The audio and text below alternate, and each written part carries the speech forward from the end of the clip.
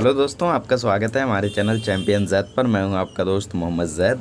और दोस्तों, हम लोग स्टैंडर्ड 10th के साथ साथ अभी स्टैंडर्ड 11th भी शुरू करने जा रहे हैं। So I am going to start from biology first chapter. So guys, first chapter is very easy.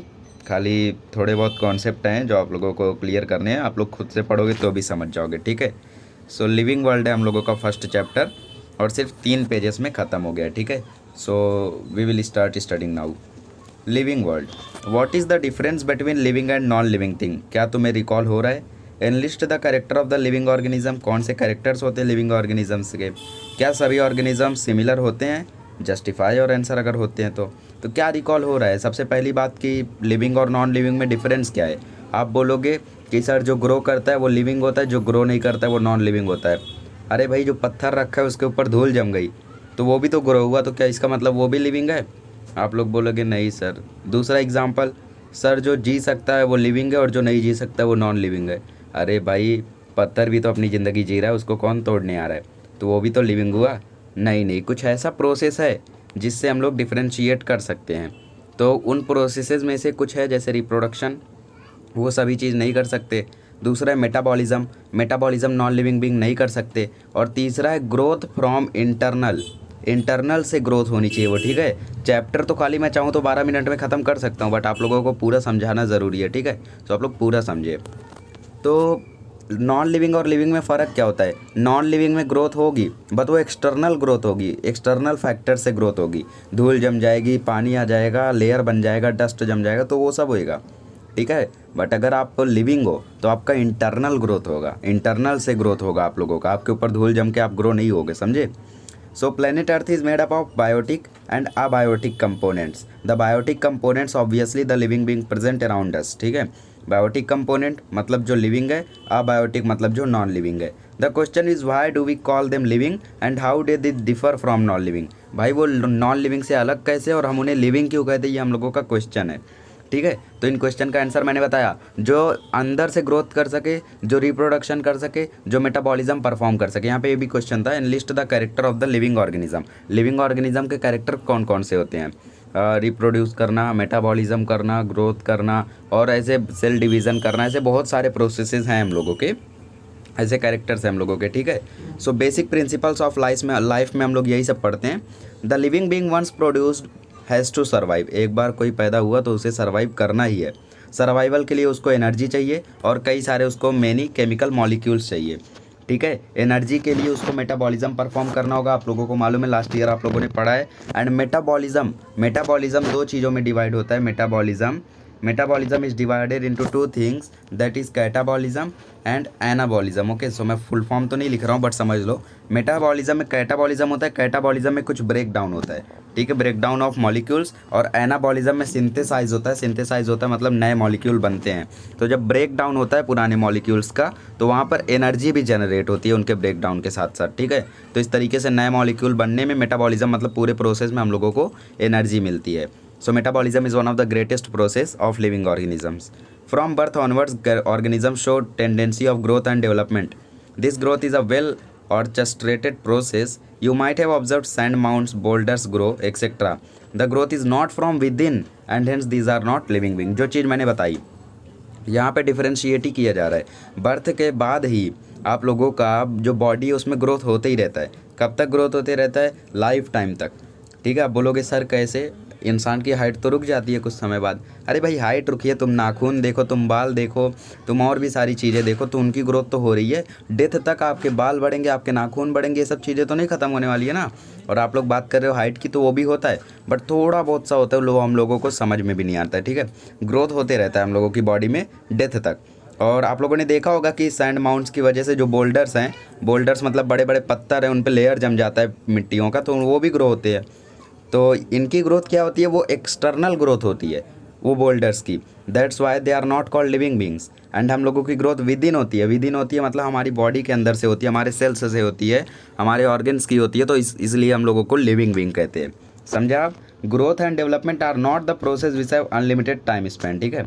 Growth and development ऐसे प्रोसेस नहीं है जिनका अनलिमिटेड टाइम स्पेंड है। At certain point of time the molecule organ system begin to lose their effective working and become old. एक point ऐसा आता है जब आप लोगों के ऑर्गन्स जो हैं वो थोड़े बहुत लूज़ होने लगते हैं और उसके बाद आप लोगों की ग्रोथ डेवलपमेंट दोनों रुक जाती है और इस प्रोसेस को हम लोग बोलते हैं ageing process of the body. ठीक है, life has to continue, hence the organism tries to reproduce young one like itself. It is possible due to reproduction. It may be in two type, asexual और sexual. This ensures continuity of race. ठीक है, life को continue करने के लिए reproduce तो करना है, तो यहाँ पे यंग ऑर्गेनिज्म उनकी तरह ही लोग प्रोड्यूस करते रहते हैं। ठीक है, इसकी वजह से जो कंटिन्यूटी है हमारे अर्थ पे, जो कंटिन्यूटी है इंसानों की वो बनी रहती है।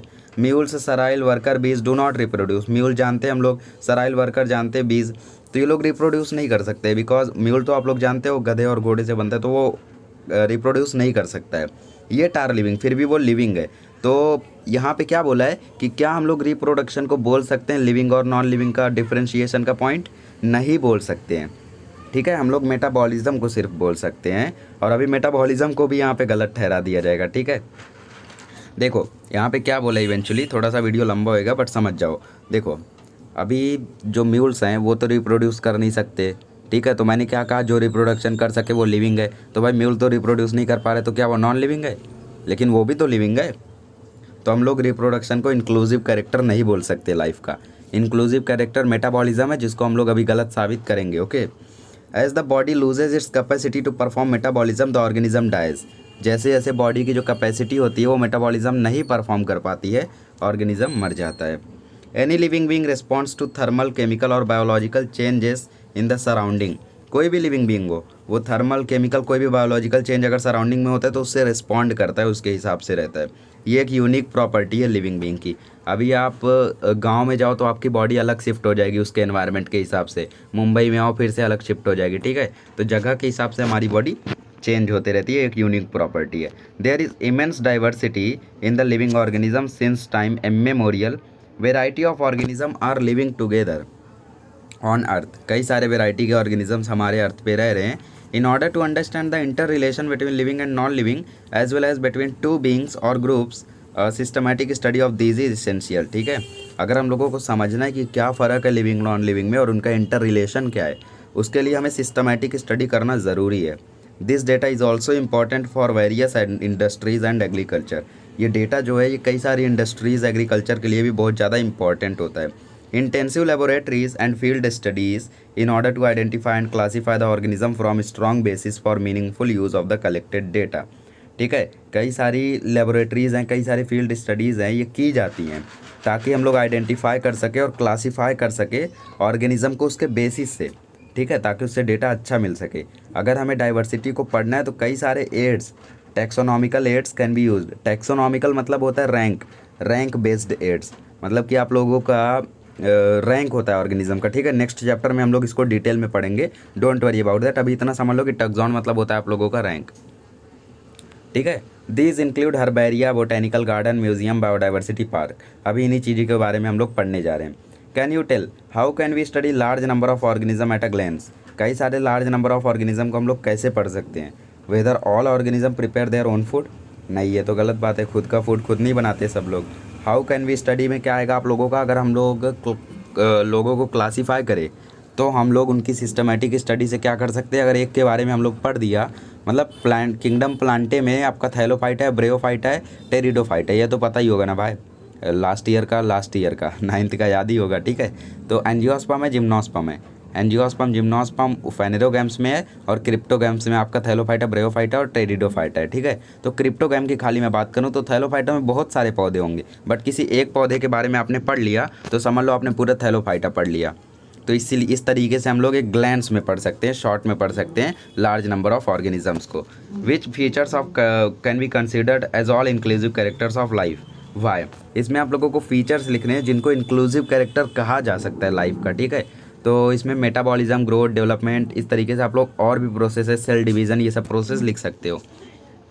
अभी देखो थिंक अबाउट इट बोला गया है दिमाग लगाने के लिए। ठीक है, मेटाबॉलिक रिएक्शन को अगर मैं एक टेस्ट ट्यूब में लेकर आऊँ तो क्या उस टेस्ट ट्यूब को मैं लिविंग बोल सकता हूँ? क्योंकि मैंने अभी बोला ना कि मेटाबॉलिज्म मतलब होता है break down of something, catabolism और एनाबॉलिज्म मतलब नए मॉलिक्यूल्स का बनना। तो वहाँ से एनर्जी जनरेट होती है और जो मेटाबॉलिज्म परफॉर्म कर सके उसको हम लोग बोलते हैं लिविंग।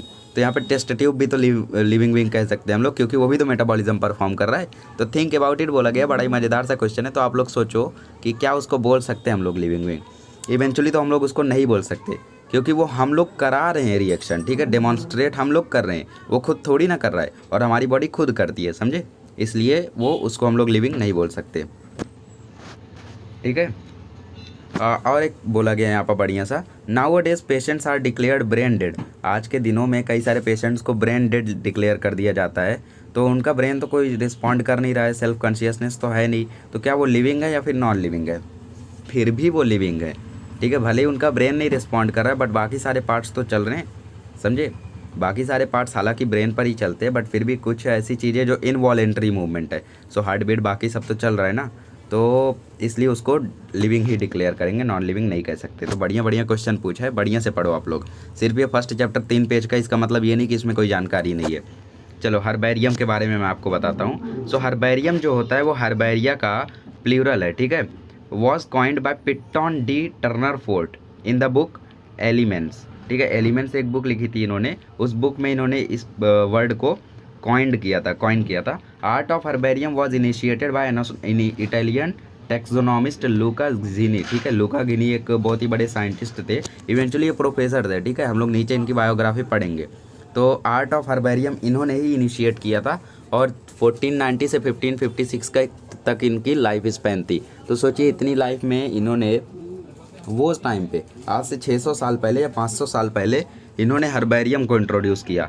हर्बेरियम इसेंशियल रहता है जो ड्राइड इस प्लांट स्पेसिमेन होता है, मतलब कि कोई पौधा जो सूख गया है तो उसका जो सैंपल है उसको क्या करते हैं लोग, प्रेस करते हैं, थोड़ा सा ट्रीट करते हैं और फिर उसको स्टैंडर्ड साइज तक माउंट करते हैं, ठीक है। और फिर उसके बाद उसको एक शीट रखते हैं, उधर प्रिजर्व कर देते हैं उसको, ठीक है। यहाँ पे आप लोग देख सकते हो एक एग्जांपल, जैसे प्लांट, ये ड्राइड प्लांट का एक सैंपल है, तो इसको पहले सिंथेसाइज किया गया अच्छे तरीके से, इसको कॉम्प्रेस किया गया, उसके बाद इसको पूरी तरीके से वो केमिकल्स लगाए गए जिनसे प्रिजर्व किया जाता है, उनके बारे में भी अभी आगे पढ़ेंगे, और फिर शीट पर रख दिया गया, ओके।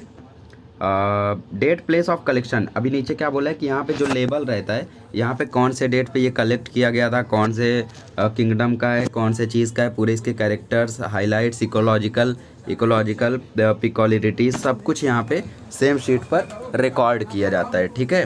तो local names and name of the collector में भी एडेड, कभी कभी ऐसा होता है कि जिसने इस पौधे को पाया था उसका नाम भी ऐड किया जाता है, और ये पौधे का जो लोकल नेम है जहाँ से इसको कलेक्ट किया गया था वहाँ पे इसको क्या बोला जाता है वो भी वहाँ पे लिखा जाता है, ठीक है। जैसे हम लोग बात करें तो एक आम है, आम का हर एक जगह पर अलग अलग नाम है। अब महाराष्ट्र में उसको आंबा बोलते हैं, हम लोग उसको आम बोलते हैं, तो डिफरेंट नेम्स है, ठीक है। सो समझ लो वो आम का पेड़ ऐसा है जो कहीं पे मिलता ही नहीं है, ठीक है। तो सबसे पहली बार उसको महाराष्ट्र में पाया गया, तो उसका लोकल नेम आंबा है, तो उसको आंबा ही वहाँ पे रखा जाएगा, ठीक है। इस तरीके से होता है, और इसको हम लोग लेबल बोलते हैं, एज यू आर नोइंग, ठीक है। समझ में आया आप लोगों को? चलो साइंटिस्ट के बारे में देख लेते हैं। 1543 में इन्होंने क्या किया था, मरने से 13 साल पहले एक बोटेनिकल गार्डन को इस्टेब्लिश किया था, और ये इटालियन प्रोफेसर थे, प्रोफेसर लूका जिनी एट पीसा, इटली में इन्होंने पीसा में इस बोटेनिकल गार्डन को इस्टेब्लिश किया था। Botanical garden eight Q in England is known for, अभी बोटेनिकल गार्डन को इस्टेब्लिश किया था वो बात अलग हो गई, अभी नया बोटेनिकल गार्डन आया है। इंग्लैंड में जो बोटेनिकल गार्डन है क्यू, वो सबसे ज़्यादा लार्जेस्ट कलेक्शन रखा है, 30,000 स्पेसिमेन प्रिजर्व्ड प्लांट, मतलब 30,000 से ज़्यादा सैंपल्स रखा है उसने प्लांट का। आप लोग बोलोगे अरे सर 30,000 तो है, कौन सा लाखों में है? अरे भाई 30,000 तुम्हें समझ में नहीं आ रहा है, 30,000 कॉइन रखो घर पे तब पता चलेगा। And more than 7 million herbaria, 7 million herbaria, 70 lakh herbaria. सोचो इतने ज़्यादा उसने प्रिजर्व किए थे। ये जो दिख रहा है ना ये एक लेबल, ऐसा 70 लाख उस बोटेनिकल गार्डन में रखा हुआ है। So collect more information about him, यहाँ पे नीचे लिखा गया, ठीक है। चलो बोटेनिकल गार्डन में पढ़ते। बोटेनिकल गार्डन क्या होता है, ये प्लांट का एक प्लेस होता है जहाँ पे कई सारे वेराइटीज़ के प्लांट रखे जाते हैं अलग अलग पार्ट के, वर्ल्ड के अलग अलग पार्ट से। मतलब हर एक कोने से दुनिया के प्लांट यहाँ पे लाए जाते हैं और फिर यहाँ पे साइंटिफिक सिस्टमैटिक मैनर में रखे जाते हैं यहाँ पे, और प्लांट का नाम जो है वो एक लेबल बोर्ड पर यहाँ पे चिपकाया जाता है। तो इस तरीके से जो आप लोग देख सकते हो यहाँ पे ग्रेट बनियान ट्री लिखा हुआ है, ठीक है। तो ग्रेट बनियान ट्री के बारे में यहाँ पे नीचे पूरा उसका रिकॉर्ड रखा गया है, किस तरीके से कहाँ पे पाया गया था, और 250 years old and spread over an area about this much metre, ठीक है। तो ये सभी चीज़ें यहाँ पे बताई जाती हैं लेबल बोर्ड पे। साइंटिफिक नेम भी यहाँ पे बताया जाता है और कॉमन नेम भी, जैसे ग्रेट बनियान ट्री यहाँ पे साइंटिफिक कॉमन नेम है। तो बोटेनिकल गार्डन ये कोलकाता का है जो कि 255 साल पुराना है। यहाँ पे कौन 255 साल पुराना है? ये बनियान ट्री। आई होप आप लोग बनियान ट्री ज़रूर देखोगे अगर कोलकाता जाओगे। वैसे मेरी भी देखने की काफ़ी इच्छा है कि भाई 255 साल पुराना बनियान ट्री दिखता कैसे है। चलो अब पढ़ते कंजर्वेशन ऑफ बायोडाइवर्सिटी। ठीक है, 15 मिनट हो गए, 5 मिनट और लगेगा। Biodiversity is the degree of variation of life forms in an ecosystem. Biodiversity क्या है? डिग्री ऑफ वेरिएशन है लाइफ फॉर्म का एक इकोसिस्टम में। ठीक है, biodiversity is essential to maintain ecological stability. और हमें मालूम है, हमने लास्ट ईयर भी पढ़ा है कि बायोडाइवर्सिटी काफ़ी ज़्यादा ज़रूरी है अगर हम लोगों को इकोलॉजिकल स्टेबिलिटी को मेंटेन रखना है। Context of complexity and density of biodiversity can be regarded as measure of healthy of an ecosystem. Population explosion and over exploitation of resources has resulted in the loss of biodiversity at an alarming rate। यहाँ पे क्या बोला है कि जो humans हैं वो इतना ज़्यादा इस्तेमाल कर रहे हैं रिसोर्सेज को कि इसके वजह से काफ़ी ज़्यादा नुकसान हो रहा है बायोडाइवर्सिटी को। ठीक है, तो अलार्मिंग रेट तक ये बायोडाइवर्सिटी लॉस हो गई। अलार्मिंग रेट मतलब अभी सिर्फ पॉइंट आ गया है, अभी इससे ज़्यादा आप इस्तेमाल करोगे सो अर्थ कैन बी डिस्ट्रॉयड। ठीक है, मतलब आपका अगर इकोसिस्टम मेंटेन नहीं रहेगा तो किस तरीके से बाकी सारी चीज़ें चलेंगी, तो सब कुछ एकदम डिसबैलेंस हो जाएगा। ठीक है, conservation involves attempting to slow down, stop और even reverse the loss in the natural habitat of organism. Conservation क्या होता है कि इसमें हम लोग जो भी लॉस हुआ है उसको हम लोग रिवर्स कर देते, रिवर्स तक कर देते। सबसे पहले हम लोग स्लो डाउन करते हैं, फिर डिक्रीज़ करते हैं, फिर उसके बाद हम लोग स्टॉप करते हैं। ठीक है, जो लोग यहाँ पे तबाहियाँ मचा रहे हैं उनको रोकते हैं और कंजर्व करते हैं। आफ्टर दैट हम लोग इसको रिवर्स भी कर देते हैं, मतलब जो चीज़ें डिस्ट्रॉय की गई थी उनको दोबारा से ला देते हैं। ठीक है, जैसे दो पौधे कई सारे डिस्ट्रॉय किए थे तो उन पौधों को लगा दो तो रिवर्स हो गया ना, वो वही यहाँ पे बताया गया है। और इसको हम लोग क्या बोलते हैं? In situ conservation. ठीक है, why does the loss of biodiversity matter. Biodiversity का जब लॉस होता है तो वो इतना ज़्यादा मैटर क्यों करता है हमारे लिए? क्योंकि ये एथिकल इशू है बहुत सारे लोगों के लिए, बट हमें पता है कि हम लोगों जो प्लेनेट है उसमें कई सारे ऑर्गेनिज्म है और हम लोगों को कोई राइट नहीं है उनको हार्म करने का। और बायोडाइवर्सिटी के ही वजह से इकोसिस्टम मेंटेन रहता है। ठीक है, कुछ लोग इसको एथिकल समझते हैं कि एथिकल इशू क्या है कि हम एक ऑर्गेनिज्म है, दूसरे ऑर्गेनिज्म को नहीं तंग करना चाहिए, जियो और जीने दो वाला जो भी है, तो कुछ लोग ऐसा समझते हैं। बट साइंटिफिक रीज़न क्या है कि बायोडाइवर्सिटी जब तक रहेगी तब तक इकोसिस्टम सलामत रहेगा। और अगर एक बार बायोडाइवर्सिटी ख़त्म हुई और एक वैरायटी का ऑर्गेनिज्म ख़त्म हुआ तो पूरा इकोसिस्टम ख़त्म हो सकता है। ठीक है, और एक बार पूरा इकोसिस्टम ख़त्म हुआ तो फूड वेब जानते हो ना, फूड वेब में कितने सारे ऑर्गेनिज्म थे, उसमें से आप एक ऑर्गेनिज्म निकाल दो तो देखोगे कितना ज़्यादा डिसबैलेंस हो जाएगा। फॉर एग्जांपल मैं एक फूड चेन की बात करता हूँ, ग्रास हॉपर उसमें से निकाल दो तो घास को कौन खाएगा? ठीक है, अब ग्रास हॉपर नहीं है तो मेंढक क्या खाएगा? मेंढक नहीं, मेंढक अगर ग्रास हॉपर नहीं खाएगा तो मेंढक मर जाएगा, मेंढक मर जाएगा तो सांप क्या खाएगा? सांप मर जाएगा तो ईगल क्या खाएगी? So these are the problem which can arise due to only one character. एक ऑर्गेनिज्म से इतनी ज़्यादा प्रॉब्लम्स आ सकती है। So I hope are you understanding. ठीक है, museum, museums are the place where collection of preserved plant and animal species are kept. ठीक है, एनिमल स्पेसिमेन, स्पेसिमेन मतलब सैंपल्स। म्यूजियम एक जगह है जहाँ पे प्रिजर्व्ड प्लांट का कलेक्शन और साथ ही साथ स्पेसिमेन को रखा जाता है। वहाँ पे प्लांट और एनिमल को एक फॉर्मेलिन में प्रिजर्व किया जाता है। ठीक है, अगर ज़्यादा वो हार्म्ड हैं तो वहाँ पे यूज़ होता है 40% फॉर्मेल्डिहाइड, अगर हार्म कम है तो 10%, 10 से 40% फॉर्मेल्डिहाइड का यूज़ होता है ट्रांसपेरेंट जार में। ठीक है, और जार को लेबल किया जाता है उनके नाम वगैरह से। लार्जर एनिमल जैसे बर्ड हो गया, मैमल हो गया, तो इनको स्टफ़ किया जाता है और प्रिजर्व किया जाता है। ठीक है, और इस साइंस को हम लोग बोलते हैं टैक्सीडर्मी, जो स्टफ़ और प्रिजर्वेशन का काम है, फॉर्मेल्डिहाइड लगाने का काम है, प्रिजर्व करने का काम है, इनको हम लोग बोलते हैं टैक्सीडर्मी। ठीक है, आप लोगों ने अपने स्कूल में भी देखा होगा कि कोई चमगादड़ है उसको बॉटल में कैद करके रखा है, किसी कबूतर को बॉटल में कैद करके रखा है। हमारे स्कूल में तो थे ऐसे स्पेसिमेंस। सो वो सब देख के हम लोग हैरान होते थे और उन्हीं चीज़ों के बारे में आज पढ़ रहे हैं। Specimen in dried form are also kept in museum. Dried form में भी जो सैंपल्स हैं उनको भी म्यूजियम में रखा जाता है। We can even find systematic collection of shells, skeletons of animals, insect boxes in museum. Thus, biological museum in educational institutes are references hubs of biodiversity studies। अगर आपको बायोडाइवर्सिटी स्टडीज़ करनी है तो जो म्यूजियम्स है एजुकेशनल इंस्टीट्यूट्स में वो बहुत ही ज़्यादा एक मतलब सेंटर माने जाते हैं बायोडाइवर्सिटी स्टडीज़ के लिए। ठीक है, अब थोड़ा सा जूलॉजिकल पार्क देख लेते हैं और इसके बाद हम लोगों का काफ़ी कम बचा है। ठीक है, डोंट वरी अबाउट दैट। थोड़ा सा टाइम तो आप लोग दे ही सकते हो एक चैप्टर के लिए। Zoological park generally known as zoo is a place of interest for common man. Common man के लिए तो जू जाओ, घूम के आओ, 4 जानवर को देखो, इंटरेस्ट आया है, बस ख़त्म। बट मेन पॉइंट क्या है, जू में जो वाइल्ड एनिमल रखे जाते हैं कैप्टिविटी में रखे जाते हैं, ठीक है, दे आर प्रोटेक्टेड, उनको पूरा प्रोटेक्शन प्रोवाइड किया जाता है, केयर रखी जाती है, और उनका जो नेचुरल हैबिटेट है उसके जैसी ही कंडीशन वहाँ पे प्रोवाइड की जाती है। इसीलिए जू में बहुत सारे पेड़ पौधे होते हैं। अब जू आप लोग रोड पे बनाओ, रोड पे ऐसा घेरा मार दो, वहाँ पे हाथी को रखो, जिंदा थोड़ी ना रह पाएगा। उसके हैबिटेट जैसा रहना चाहिए, जहाँ पे वो पाया जाता है वहाँ पे माहौल कैसा है वैसा माहौल वहाँ पे बनाना पड़ेगा, तभी वो वहाँ पे ज़िंदा रह पाएगा और अच्छे से रह पाएगा। और इसको हम लोग बोलते हैं सेतु, ठीक है। और इन सेतु कंजर्वेशन क्या था, रिवर्स करना नेचुरल हैबिटेट ऑर्गेनिज्म को, और सेतु क्या है कि उनका नेचुरल हैबिटेट जैसा कंडीशन प्रोवाइड करना उनको, तो ये सेतु हो गया, ठीक है। दोनों के बीच में डिफरेंस आई थिंक दिया एक्सरसाइज में, so you should memorize that, ठीक है। पता चला आप लोगों को क्या मैंने बताया सेतु के बारे में, ठीक है। In a zoo a naturalist can study food habits and behaviour of animal. Zoo में एक नेचुरलिस्ट होता है जो कि उनके फूड हैबिट के बारे में और उनके बिहेवियर के बारे में स्टडी कर सकता है। Flora, manuals, monographs and catalogue are some other tools of maintaining biodiversity record. Flora हो गया, मैनुअल हो गया, मोनोग्राफ हो गया, इन सभी के बारे में हम लोग पढ़ेंगे, आगे दिया है। और ये सभी क्या करते हैं, बायोडाइवर्सिटी रिकॉर्ड को मेंटेन करके रखते हैं।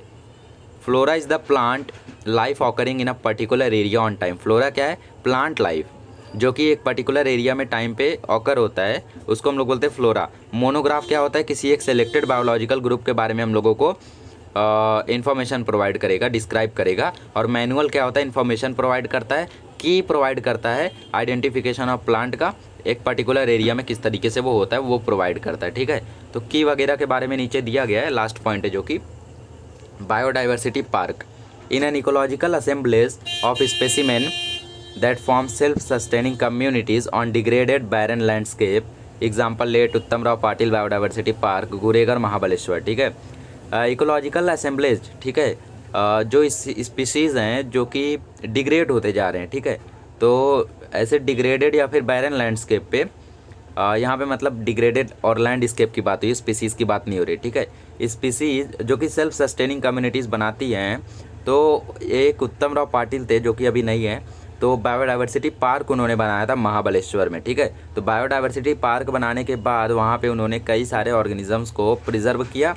This park is the best model for conservation of natural heritage in urban landscape. Urban landscape में ये सबसे बढ़िया कंजर्वेशन है नेचुरल हेरिटेज का, ठीक है। अभी कोई बैरन लैंडस्केप होता है तो वहाँ पे क्या होता है, ऐसे हम लोग बायोडाइवर्सिटी पार्क बनवा सकते हैं, ठीक है, किसी काम तो आएगी वो ज़मीन। Systematic classification of living organism is helpful in understanding the inter relation. In order to understand the inter relation between organism and maintain harmony on planet Earth, study of biodiversity is must. Systematic classification living organism का हमारे लिए बहुत ही ज़्यादा ज़रूरी है ताकि हम लोग इंटर रिलेशनशिप समझ पाएँ, और इंटर रिलेशनशिप समझने के लिए ऑर्गेनिज्म और के बीच में और हार्मोनी मेंटेन करना अर्थ पे, मतलब एक अच्छा रिलेशन मेंटेन करना, study of biodiversity is must, ठीक है। बायोडाइवर्सिटी की स्टडी करना बहुत ही ज़्यादा ज़रूरी है, तो ये हम लोग नेक्स्ट चैप्टर में करेंगे। अब की पढ़ लेते हैं, की लास्ट है। की क्या होता है, ये एक टैक्सोनॉमिकल एड होता है, ठीक है। Key is a taxonomical aid used for classification of plant and animal. ये एक टैक्सोनॉमिकल एड होता है, रैंक बेस्ड एड होता है, जो कि हम लोगों का क्लासिफिकेशन में यूज़ होता है प्लांट और एनिमल के। और जो की होता है वो किसी एक कॉन्ट्रास्टिंग कैरेक्टर पर बेस्ड होता है। एक ऑर्गेनिज्म के कई सारे कॉन्ट्रास्टिंग कैरेक्टर होते हैं, बट किसी एक कैरेक्टर को यहाँ पे एक्सेप्ट कर लिया जाता है, बाकी को रिजेक्ट कर लिया जाता है, ठीक है। तो जो स्टेटमेंट होता है की में, उसको हम लोग बोलते हैं lead. Normally keys are analytical in nature. Let us study about classification of living organism in next chapter, ठीक है। नॉर्मली कीज क्या होते हैं, वो एनालिटिकल होते हैं नेचर में, और की मतलब क्या, आइडेंटिफिकेशन ऑफ द ऑर्गेनिज्म, ऐसा आप लोग समझ लो, ठीक है। तो नेक्स्ट चैप्टर में हम लोग क्लासिफिकेशन ऑफ लिविंग ऑर्गेनिज्म पढ़ेंगे। सो यहाँ पे डू यू नो करके दिया गया है, और एक बहुत ही बढ़िया सी कहानी दी गई साइंटिस्ट के बारे में, तो वो पढ़ लेते फिर चैप्टर खत्म। When planet from any forest locality are conserved on the name of holy place, it is called sacred grove. You have studied about this sacred grove in the last chapter, मतलब पिछले साल आप लोगों ने 4th chapter में पढ़ा था। These also considered as sacred natural sites by IUCN, ठीक है। जिसको हम लोग sacred grove कंसिडर करते हैं, उसी को sacred natural site भी कंसिडर करती है IUCN। IUCN आप लोगों ने लास्ट ईयर पढ़ा होगा, ठीक है। IUCN, IPCC, ग्रीन पीस, ये सब कैसी ऑर्गेनाइजेशंस थी, तो आप लोगों ने पढ़ा होगा इनके बारे में। चलिए डॉक्टर एस पी अगरकर के बारे में पढ़ लेते हैं। One of the leading botanist of India doctor S P Agarkar, ये एक लीडिंग बोटेनिस्ट थे इंडिया के। ये पैदा हुए थे नवंबर 1884 में मालवन महाराष्ट्र में, और इन्होंने बायोडाइवर्सिटी जो वेस्टर्न घाट की थी उसको पूरा एक्सप्लोर किया था। और इन्होंने species of fresh water jellyfish which was until then only known to be found in Africa, ठीक है, इन्होंने एक स्पीशीज़ खोजी थी जो कि जेलीफिश की थी, फ्रेश वाटर जेलीफिश। हम लोग जानते हैं jellyfish are fresh water dwellers और मराइन, लास्ट ईयर हम लोगों ने पढ़ा इसके बारे में, फाइलम में पढ़ा था, ठीक है। तो जेलीफिश जो थी वो पहले कहा जाता था सिर्फ अफ्रीका में ही फाइंड की जाती है, बट इन्होंने इसको हमारे महाराष्ट्र में भी ढूंढा, महाराष्ट्र में या फिर कहाँ दिया है, वेस्टर्न घाट में दिया, ठीक है। तो वहाँ पे इन्होंने ये जेलीफिश को ढूंढा, तो काफ़ी बड़ा काम इन्होंने किया था। These findings were published in scientific journal Nature in 1912, इसको पब्लिश भी किया गया था। Doctor Annandale the superintendent of India museum Indian museum in Kolkata helped doctor Agarkar in his further endeavours to collect preserve and conduct microscopic examination of animal and plant specimen, ठीक है। तो doctor Annandale और ये superintendent intendent थे Indian museum के कोलकाता के। तो इन्होंने काफ़ी हेल्प की थी डॉक्टर अगरकर को उनके आगे के एग्जामिनेशंस में एनिमल और प्लांट की स्पीसीज़ में। और फिर इसके बाद जो इंस्टीट्यूट है ARI पुणे में, वो इनके नाम से उस इंस्टीट्यूट का नाम रखा गया, ठीक है। तो फाइंड आउट जो बोला है उसको फाइंड आउट मत करना, बिकॉज वो ज़्यादा एग्जाम में आता नहीं है। आगे के एक्सरसाइज में आप लोगों के लिए एक्सरसाइज भी लेकर आऊँगा, बट नेक्स्ट लेक्चर में हम लोग अगला चैप्टर पढ़ेंगे। अगला चैप्टर क्या है भाई? Systematic of living organism. बहुत ही बढ़िया सा चैप्टर है। I hope you would have like the today's video. और अगर आप लोगों को आज का वीडियो पसंद आया तो इसे अपने दोस्तों के साथ शेयर करें और चैनल से जुड़ जाएं सब्सक्राइब करके, बिकॉज अब 11th का सिलेबस भी कंप्लीट करना है।